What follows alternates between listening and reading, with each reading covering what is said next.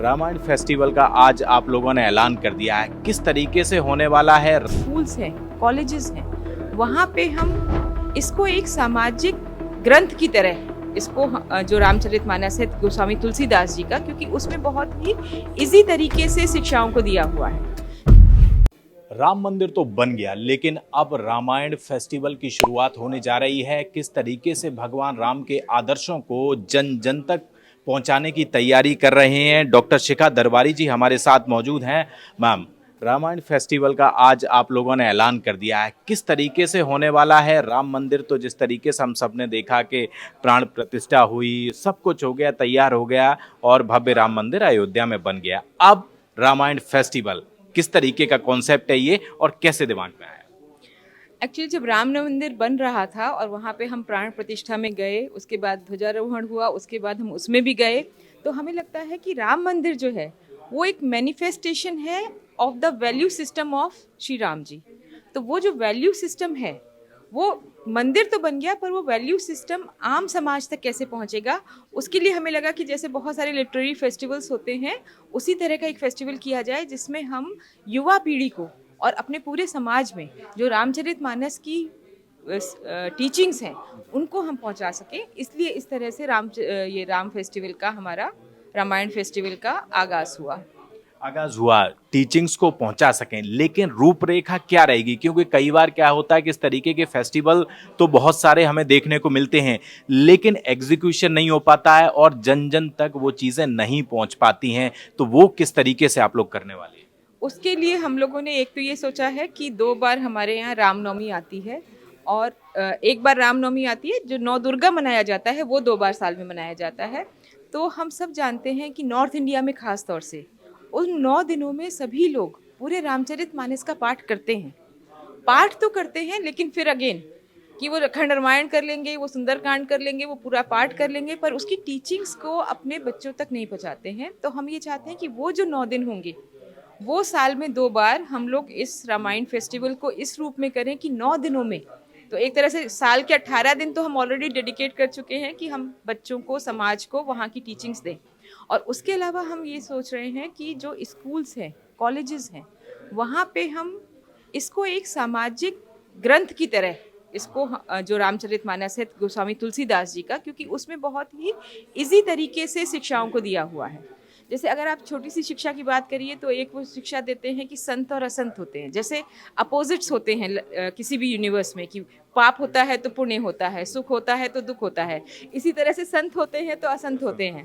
तो अब आप उसको कैसे रिकॉग्नाइज, तुलसीदास जी कहते हैं कि आपको रिकॉग्नाइज करिए कौन संत है और कौन असंत है। और वो एक और भी ये बताते हैं कि आप संत को असंत नहीं बना सकते और असंत को संत नहीं बना सकते, वो उनके डीएनए में होता है। और फिर वो एक और दूसरी टीचिंग देते हैं कि आप उसको रिकॉग्नाइज करिए और सत्संग करिए। तो अच्छे मनुष्य का साथ, आज भी क्या है, पेरेंट्स क्या चाहते हैं बच्चों के लिए कि वो अच्छे लोगों का साथ करें। तो ये टीचिंग तुलसीदास जी ने रामचरितमानस में दी है, पर हम उसको उस कॉन्सेप्ट से नहीं देखते। इसी तरह से अगर हम देखें कि कर्म के ऊपर उनका बहुत ज़्यादा वो है, जिसे कहते हैं एम्फेसिस, कि चाहे एक तरफ वो कहते हैं कि होइए वही जो राम रचि राखा, पर दूसरी तरफ है कि कर्म प्रधान विश्व करी राखा। तो ये जो कर्म प्रधान विश्व करी राखा है, हम इस लाइन को लेके रामायण फेस्टिवल को लेके चल रहे हैं कि अगर आप अच्छा कर्म करेंगे तो जो एक कहते हैं ना मनुष्य जीवन मिला है, तो इस मनुष्य जीवन की सार्थकता इसी में है कि हम उस मनुष्य जीवन को आगे बढ़ाएं। और ये भी रामचरितमानस के उत्तरकांड में लिखा हुआ है कि सबसे, मतलब बहुत इतनी अच्छी अच्छी तरह की चीज़ें हैं ना, कि कौन से लाइफ के लिए उन्होंने 7 क्वेश्चंस पूछे हैं कि व्हाट आर, कि सबसे दुर्लभ जीवन कौन सा होता है, सबसे बड़ा सुख क्या होता है, सबसे बड़ा दुख क्या होता है।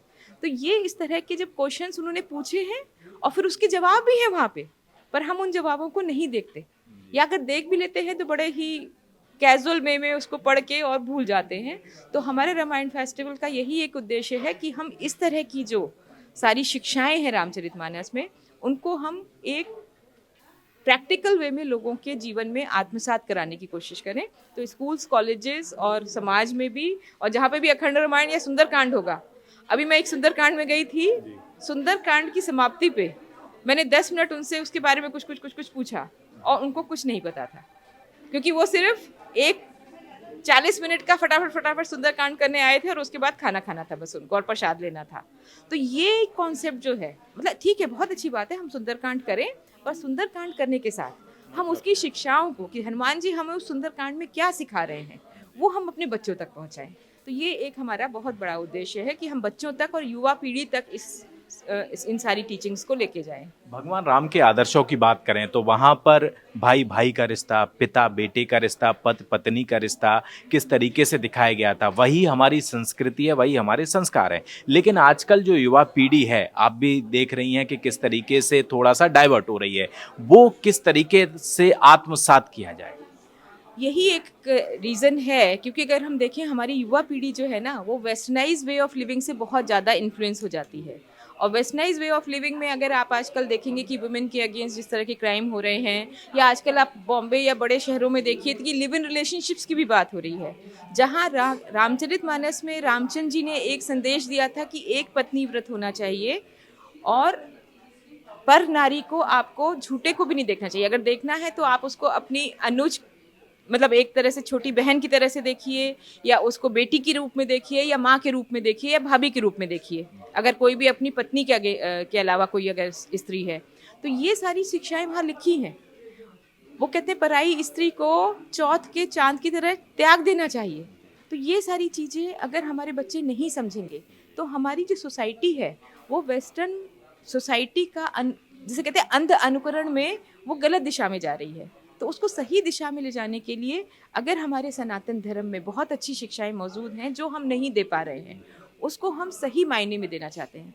और अगर 9 दिन का आप ये देखिए, जो 9 दुर्गा में हमारा रामचरितमानस पढ़ा जाता है, अगर कोई भी इंसान, मैं चैलेंज करती हूँ, 9 दिन शुरू से लेके आखिर तक रामचरितमानस पढ़े, तो 9 दिन में उसका जो माइंड सेट है वो बिल्कुल शांत हो जाता है। वो बिल्कुल कि हाँ, मुझे समाज में कैसे अपने बड़ों से व्यवहार करना है, कैसे अपने भाई से व्यवहार करना है, कैसे बाकी सब में समाज में नीचे लोगों से व्यवहार करना है। बल्कि एक मेरे पास एक फ्रेंड हैं, वो बता रहे थे कि एक बार मैंने उनको बोला कि नहीं आप पढ़िए रामचरितमानस, और उससे पहले उनके घर में भाई भाई में झगड़ा चल रहा था प्रॉपर्टी को लेके। रामचरितमानस पढ़ने के बाद, और उन्होंने जैसे सही से पढ़ी 9 दिन तक, कहते हैं मैंने बोला कि अगर रामचंद्र जी पूरा अपना राज्य भरत को दे सकते हैं, भरत उस पर राज्य कर सकते थे, लेकिन भरत उस राज्य को छोड़ के फिर कहते हैं कि नहीं, हम तो खड़ाऊ रख के आपके नाम पे ही राज करेंगे। तो ये इतना बड़ा त्याग आप अगर अपने भाई के लिए कर सकते हैं, तो ये त्याग की जो वैल्यू है ये हम कैसे सिखाएं बच्चों को। तो अगर आप इस तरह के धर्म ग्रंथ पढ़ते हैं तो ये वैल्यू सिस्टम ऑटोमेटिकली आपके माइंड में जो है वो इनकलकेट होगा। And this is the reason का हम रामायण फेस्टिवल के थ्रू इस तरह की जो छोटी छोटी घटनाएं हैं, कि कैकेयी को दोष बहुत दिया जाता है, पर लेकिन लास्ट में बताया जाता है कि नहीं, कैकेयी का कोई दोष नहीं था, उसकी जबान पे सरस्वती बैठ गई थी। तो ये जो एक कैरेक्टर एक है, उसको समझें भी और कैसे करना है वो करें। जैसे अब वुमेन के लिए भी कहा जाता है कि रामचंद्र जी को दोष दिया जाता है कि भी उन्होंने अग्नि परीक्षा कराई। अब कुछ जगह अग्नि परीक्षा है, पर कुछ जगह वो कहते हैं कि नहीं, क्योंकि वो तो दोनों डिवाइन थे। तो सीता जो है वो पहले ही जो है वो छाया में चली गई थी। तुलसीदास जी ने उनको इतना एग्जॉल्टेड कैरेक्टर रखा है उनका, कि जो रावण लेके गया था वो एक छाया लेके गया था सीता की, और वो अग्नि में प्रवेश कर गई थी। तो जब वापस आई तो उनको उसी अग्नि से वापस निकलना था। सो दिस इज़ हाउ कि उन्होंने एक जो विमेन की एक रिस्पेक्ट है वो तुलसीदास जी ने जिस तरह से अपने उसमें रखी है पूरे इस ग्रंथ में, वो भी इस पूरे समाज को समझनी चाहिए इंस्टेड ऑफ क्रिटिसाइजिंग इट। एक अंतिम सवाल मैम, जिस तरीके से स्कूलों में आप लोग बात कर रहे हैं, लेकिन जैसे ही आप स्कूलों में बच्चों के लिए जाते हैं तो कहीं ना कहीं इसको धर्म से जोड़ दिया जाता है, उस चैलेंज को किस तरीके से करेंगी? नहीं, अभी देखिए हमारी जो एजुकेशन पॉलिसी है उसमें भी ये चीज़ आ रही है कि हमें जो पुराने ग्रंथ हैं उसमें जो सामाजिक वैल्यूज़ हैं उनको हमें निकाल के देना चाहिए। तो ये मेरा एक अपना सोचना है कि हमें इस तरह के अच्छे ग्रंथों को धर्म ग्रंथ ना मान के सामाजिक ग्रंथ मानना चाहिए। तो समाज के लिए अगर उसमें बहुत अच्छी अच्छी शिक्षाएं हैं, और बहुत सारी चीज़ों में अगर आप देखिए अमर चित्रकथा वगैरह में तो रामचंद्र जी की पूरी कहानी आपको मिलती है।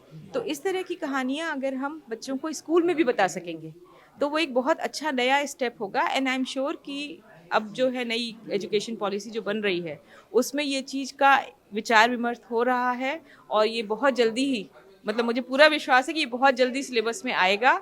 और हम राम के, क्योंकि जब राम मंदिर बन गया है, एक मैनिफेस्टेशन ऑफ उनकी वैल्यू राम मंदिर के रूप में हो चुकी है, तो वो वैल्यूज़ हमको अगर बच्चों को सिखानी है तो हमें स्कूल से शुरुआत करनी ही पड़ेगी, चाहे हम कुछ एक्टिविटीज़ के थ्रू करें, चाहे उनके सिलेबस के थ्रू करें, पर वो होगा और ज़रूर होगा। बात करने के लिए बहुत बहुत शुक्रिया। तो देखा आपने किस तरीके से शिखा दरबारी जी जो हैं वो रामायण फेस्टिवल की शुरुआत करने जा रही हैं और भगवान राम के आदर्शों को जन जन तक पहुंचाने का एक नया इनिशिएटिव लिया जा रहा है। अगर आपको भी खबर पसंद आई है तो कमेंट करके हमें ज़रूर बताइए, चैनल को सब्सक्राइब कीजिए और हाँ, शेयर करना बिल्कुल मत भूलिएगा, क्योंकि ऐसे ही तमाम अपडेट्स जो हैं वो हम आपके लिए लाते रहते हैं।